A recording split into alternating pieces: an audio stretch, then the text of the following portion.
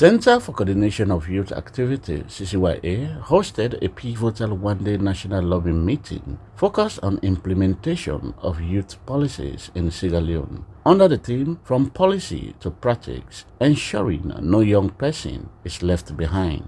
The event aimed to empower youth groups to take on leadership roles in decision-making processes at both community and district level. Held at the Council of Churches, Sierra Leone Hall, the gathering attracted a diverse group of stakeholders including youth representatives, government officials, and non-governmental organizations, all united in their commitment to creating an inclusive environment for the nation's youth. Abigail Stevens, Executive Director of Center for Coordination of Youth Activities, opened the meeting by emphasizing the importance of translating policy into actionable practice. We bring young people in on a national meeting, lobbying meeting, for engage with youth PDRs them on the implementation of the youth policy, specifically the national youth policy, where that policy they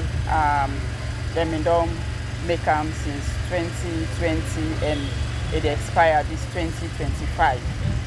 So we get this engagement under a project we implement, we now for strengthening youth and youth groups them for take leadership roles and in decision-making processes at district, community and national level, where that project say we implement at both local and both districts. So like I say, now support we get the support for implement this project through one of we partner them when at Asvaki, we based in Finland, for make we able for see how best we were able to engage young people then in decision making processes at the various locality communities there.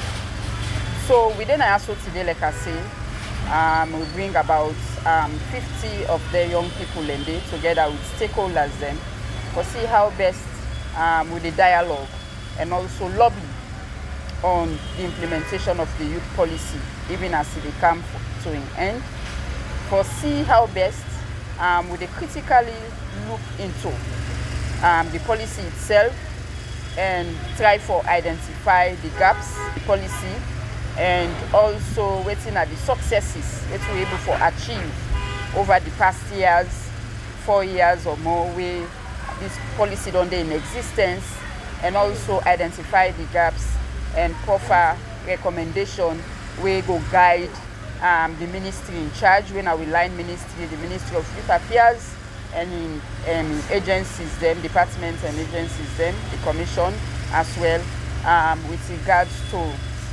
issues them where we want to see in the new policy where the ministry will get for formulate for young people in Sierra Leone. Marie Bangura, chairperson of the Western Area Rural District Youth Council, highlighted the critical role of the Youth Council in facilitating youth engagement in governance. One for also urge them that they will put them foot more and try to speed up that process they when the National Youth Act, because we want to make sure say the Youth Act be passed, and that same day when the Youth Act don't pass, we believe in strongly say the issue of young people go minimize, because that same day we don't get a law. If they not do them, it's a must where we go on. But as it is now the policy, we can say this today, tomorrow they come and change them, or somebody not go even work with themselves, because it's a policy and not mandatory, if I can say. But when we get the Youth Act, at the end of the day, even we serve the DYC, we go able to get the support, the benefit, where we go get as young people. Mohamed A. Fofana, Head of Programs and Policy at Action Aid Sierra Leone, echoed the sentiment, noting that empowering youth is essential for sustainable development. There are also efforts by government to create the enabling environment through the creation of structures. We all learn talking in the deliberation saying there is a youth ministry, there is a youth commission, there is youth service. These are all structures we are available in the context, so we should be appreciative of that. We also get the inclusion of young people in the government big five right now. The third pillar of the government's medium-term national development strategy. They talk about the YES pillar, the youth employment scheme. And it clearly say we will provide 500,000 jobs for youth.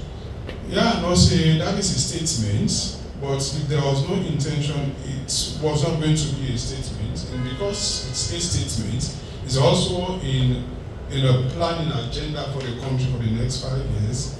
It's something we should be happy about. Alice Nene James, National Coordinator for the Sierra Leone Association of Non-Governmental Organizations, stressed the need for partnership among civil society organizations to support youth initiatives.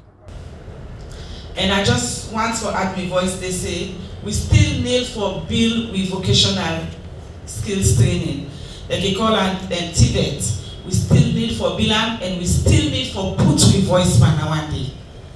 Every year universities they graduate over 2,000 people then how we all go get work. They don't do the analysis for we thanks to ActionAid. They don't give you some of the key highlights there. How we all go able to forget work. But if we develop then various skills then they and continue for add with voice and give one partner the youth policy, I think say that they go a long way for strengthening the middle level manpower. Jelina Tujalo, Program Manager at the National Youth Commission, provided insight into the ongoing government effort to engage youth in policy formulation. Abubakar Bangura, Country Representative for the Africa Youth with Disability Network Sierra Leone, brought attention to the importance of inclusivity in youth policies. Well, you were talking about lobby, for see how best we will start the dialogue, for ensure we get inclusive national youth policy. We know say that one don't elapse, so I think that the foundation is Ccya innocent. So we only put it simple because like from the previous one, the gap will be seen that the consultation not being that involved persons with disability. So one this time around let them do one, and let them also go specific for ensure say they're able for get specific skills then for young people with disability because they're not able to do some of the skills that we're able to use them to do. So I think that I need them.